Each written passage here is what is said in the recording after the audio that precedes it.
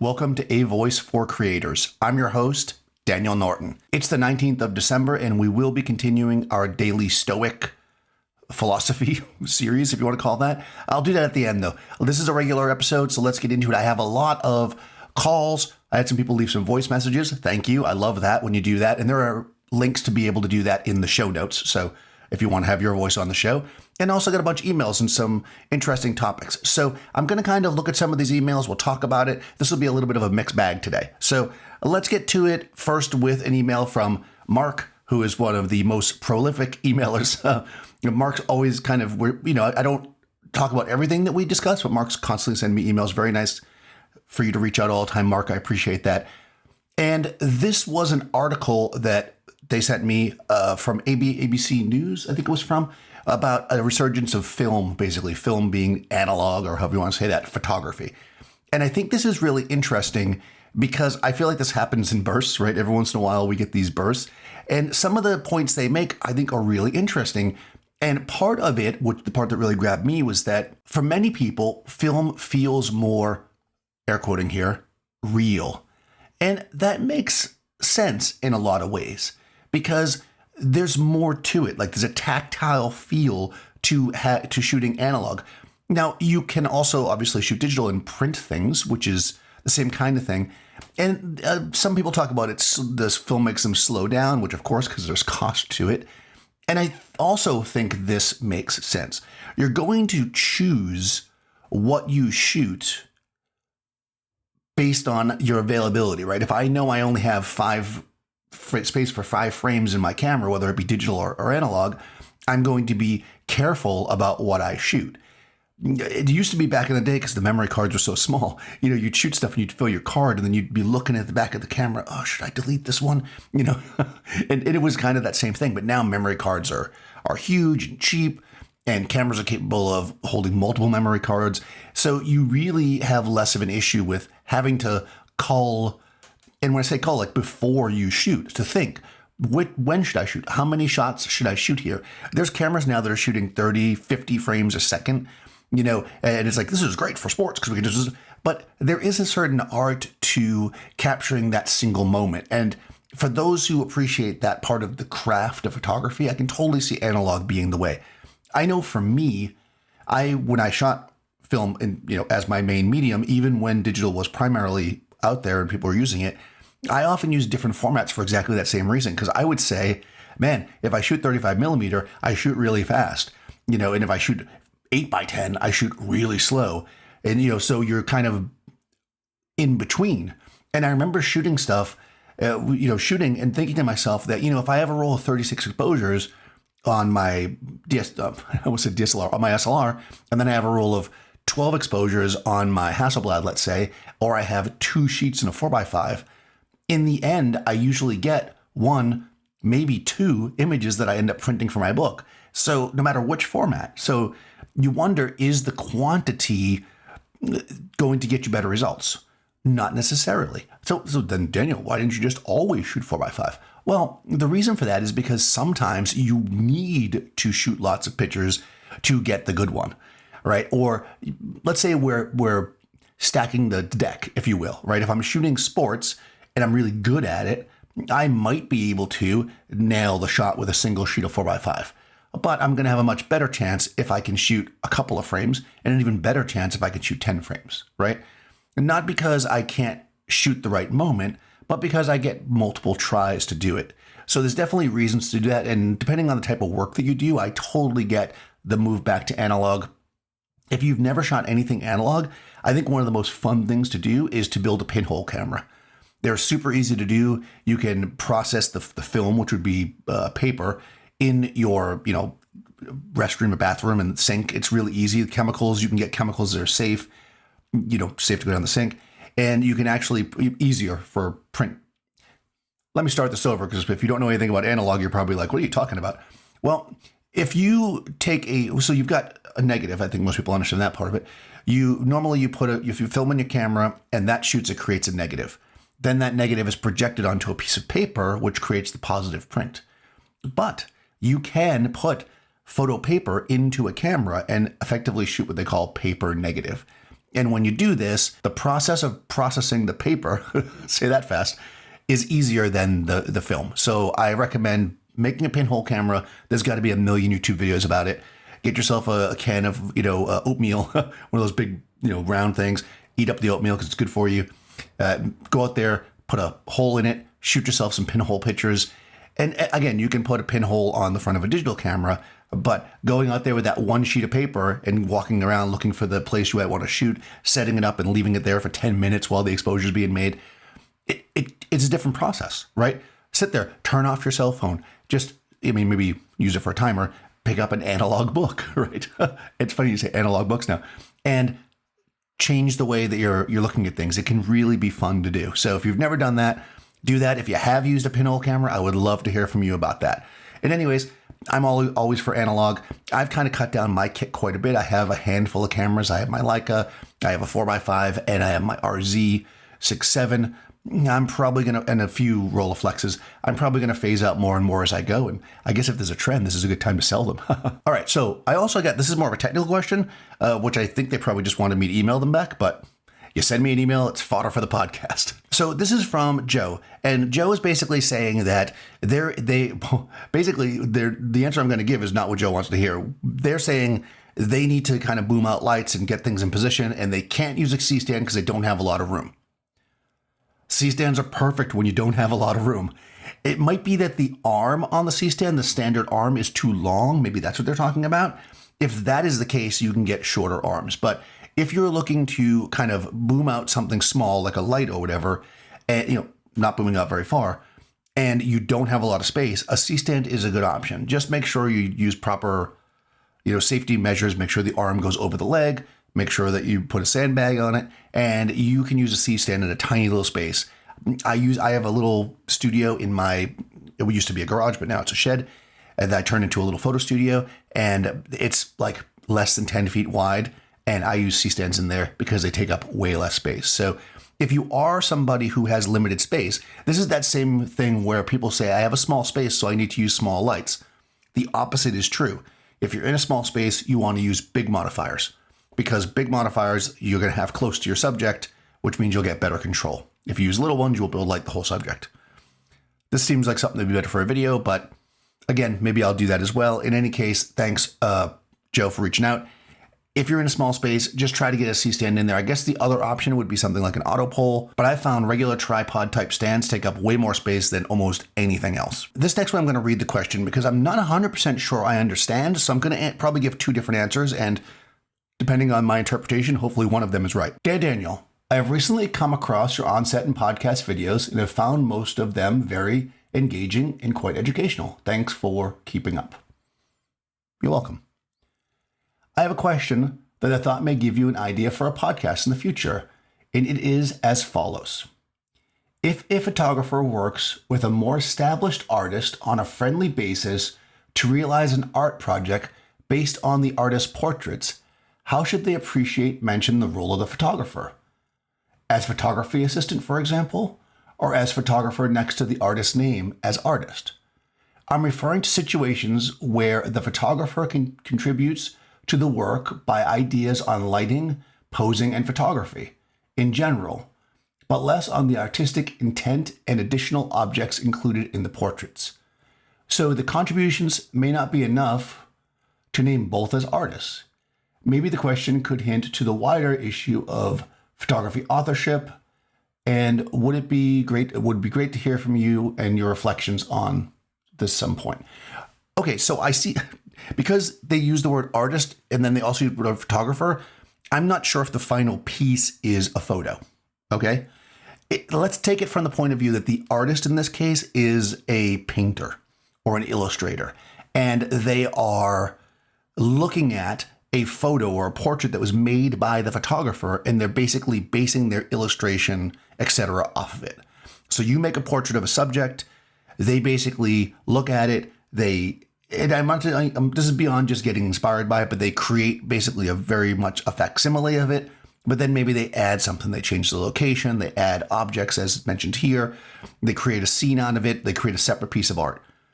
I think that depending on the situation. Well, certainly if you were involved, if the photographer was involved and knew that they were creating this along with them, I think they should be credited in some way. This typically might be in the artist statement or somewhere in the description of the image. If the portrait's hanging on the wall, it'll have the name of the thing, and then it might say, thanks to blah, blah, blah, who inspired the original art. I think that's more polite to do that. Now, if we're talking about the photographer is, the artist in this case is a photographer, and you are on the set working with them, and they have I'm going to photograph this subject here, and you're like, hey, maybe you should put the lights over here or possibly pose them that way. And then they make the photo.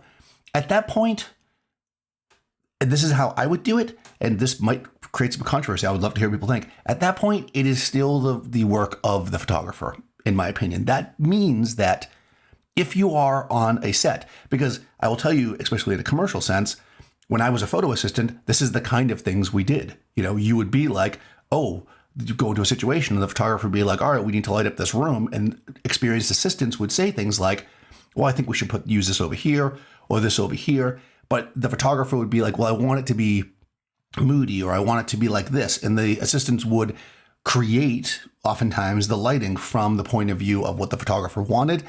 At that point, you're a technician, and I don't think that you would be credited as an artist. That's how I would do it. Even so much to say that, believe it or not, and this is a very common thing, sometimes when we were on fashion shoots and especially catalogs, sometimes the photo assistants would even take the pictures. Because the photographer in those situations is more of a producer. The camera's on a tripod, the set's lit, the model's experienced. Taking the actual picture is really the easiest part. So it really depends. So there's two areas here, right? If somebody is creating another media from a photo that you already created, I think it would be right or true for them to credit you. If you are just present on the set while another person is producing a photo and you help them with it, they might say, hey, special thanks or whatever. They might list you as a photo assistant. You see that a lot in editorial work where you'll see the assistants. And of course, things like makeup artists and stylists and producers are sometimes listed in the credits, right? But they're still not the creator of the work. The creator of the work is the photographer. They're the one there setting the whole thing up. And I was going to say they're the one pressing the button, because there's going to be some controversy and somebody's going to tell me technically if the assistant presses the button, they took the photo. Yeah, maybe. I'm not a lawyer, but I will tell you that that's not uncommon. Another area where you see this would be wedding photographers. Wedding photographers often hire second shooters. Those images the second shooters make are based on the wedding photographer's style. Sometimes they use their equipment, usually under their tutelage, and those images are considered images shot by the primary photographer. Nobody looks at it and goes, well, this was shot by the second shooter, this was shot by the main wedding photographer. I shouldn't say nobody. Most people wouldn't think that. It's just all goes into the main photographer's kind of body of work, if you will. So hopefully one of those two answers answered your question, if that's what you meant. If it was something completely different, write back and we'll talk about it more. Okay, we actually have some voicemails, if you will, people that called in to the show, which I'll play now and I will address those. Hi, Daniel. It's Frederick from Copenhagen, Denmark, Europe, the planet. I just wanted to say to you that I really enjoy your podcast. We are not doing so well in terms of being able to communicate. I sent you an email, but it bounced. I think I sent you to 2 different email addresses. I only made it on one of them, but finally, I think you got it. Then I tried to join your Discord server. Is that the name? Not doing terribly well there either. It keeps bouncing and telling me the link has expired. Then I tried to send you a friend request a few days back, but you probably have so many, so I don't know if that's the way to get to that server. But at least I'm trying. And then finally, I would say that this is December 14th. I heard your 13th. Really great. Yeah. Thanks so much for sticking with me through all that. I played this especially, even though it's not really a question about the podcast per se, because other people may be having this problem. The way the Discord server works is, this is to keep out spammers, is that if you have a brand new Discord account, it will block you. So what you need to do is, if you plan on joining the Discord, and I probably should have always been saying this, you should join Discord itself, set up an account, wait a day or two, then join the server. Now, if you've already tried to join and got bumped, go on to Discord. I will put a link in the show notes, or the ID number, if you will, in the show notes of my own personal account on Discord. Send me a friend request, and I will then unban you and send you a new link so you can get in. Got to get more photographers in there. We're having great chats, lots of people showing their work and also their techniques and sharing techniques and stuff. So definitely want to get more of you over on the Discord server. Thanks so much. Hey, Daniel. I am a avid listener and video follower of you, and I appreciate all you've done. I'm just responding to that last podcast about measuring success. I was definitely one of those people as a young person that was doubted and had to have that backup plan somewhere, which I didn't. I just wanted to fight harder to be successful at photography and graphics, and I had secret mentors or adults and people that knew I could do it that helped me along the way, and 30 years later, here I am. It was awesome. Thanks for your work. That's so great. Well, not great that you had people doubting you or telling you, to have a backup plan, but great that you stuck with it. It is definitely difficult for us. It reminds me actually of, maybe I mentioned this before, but there was an episode of Friends. I'm going to date myself here. And if you've ever seen Friends, I'm not going to explain the whole show, but basically there was two of them. One of them is a scientist, basically, and the other one's more of kind of, we'll call her like a hippie, if you will. And they're having this debate because I can't remember. I think she believes that aliens brought humans to the world or whatever. And he's talking about dinosaurs. And they're going back and forth. And then finally she says to him, she's like, so you're saying that there is absolutely no doubt in your mind that what you're saying is true. This dinosaur was definitely, this is exactly what happened. The world is exactly this old. And he said, well, no, I can't be 100% sure. And then she said, well, I am. And that's the thing, right? When we are so sure of ourselves, that is the only way that we can beat the odds, right? To win the silly argument that can't actually be proven, or that's clearly, well, I don't know, maybe the aliens did come. I can't prove that, right? But my point being there with that kind of oddball story is that what we need is faith in ourselves. And faith is such a strong thing. And as creators, it's awesome if we look at people coming up. And again, whenever I talk about young, I just mean people new to it.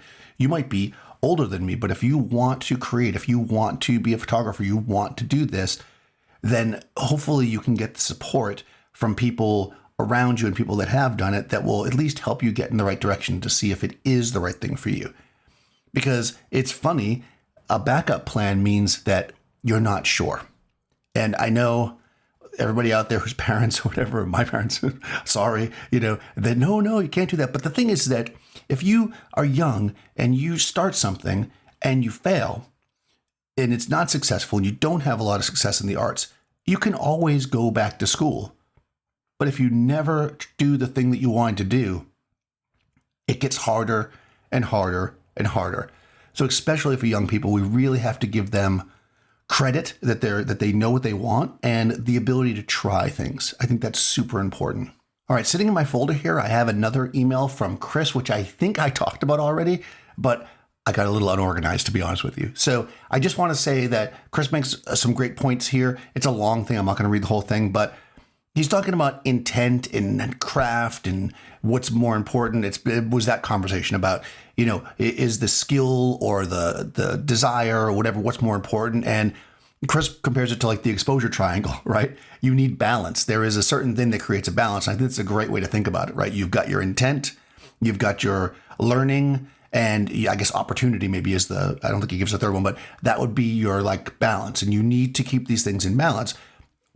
You might have a lot of opportunity, but not much intent and not much skill. So you might actually be able to make it. You might have a lot of intent and not a lot of opportunity, in this kind of thing. But as long as they're in balance, they can create a finished product that allows us to make it, if you will, as artists. So I'm going to come back with talking a little bit more about the Start With Why book that I've been reading. I finished it. It's really good. I'm going to talk about that more next week, though, because this is already getting a little bit long. And I want to get into today's Daily Stoic.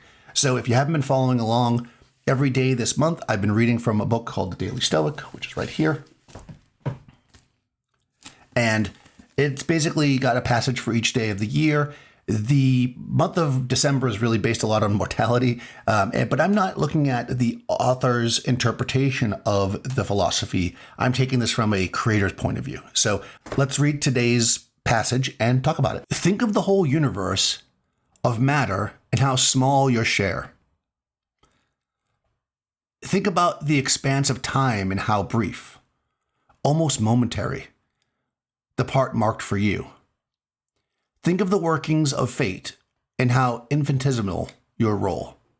Marcus Aurelius. So a lot of people would look at something like that and kind of be like, well, that's very negative, right? It's like, you're so tiny, you're only nothing. But I think that that's important as an artist to know that there is more out there than we could ever comprehend.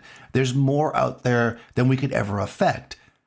But we have our small circle around us. And if we realize that's what's here and there's more out there, it will get us in the mindset that we're going to look outside of ourselves.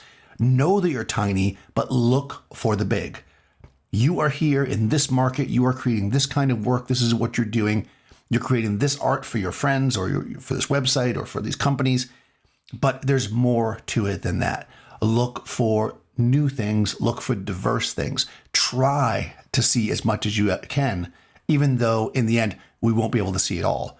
But that can't stop us from trying. So I would love to know what you think about that, about anything I've talked about today. If you were one of the people who called in or sent me an email, thank you. If you'd like to call in or send me an email, check the show notes. There's a link to Anchor. You could send a voice message like the callers today. You could also send me an email, avoice@dnphoto.com. That should be working because I am getting emails. Maybe not. Maybe they're bumping. The best thing, though, to do is probably to join the Discord. I know it's a little bit of jumping through hoops, but sign up for a Discord account, wait a couple days, follow the link in the show notes. Join the Discord. There's a great community building up over there, people chatting about all kinds of stuff. We have a showcase room, a philosophy room, and so many rooms. Also, if you would like to support the podcast, check the show notes. There is a link to my Patreon there. I'll talk to you tomorrow.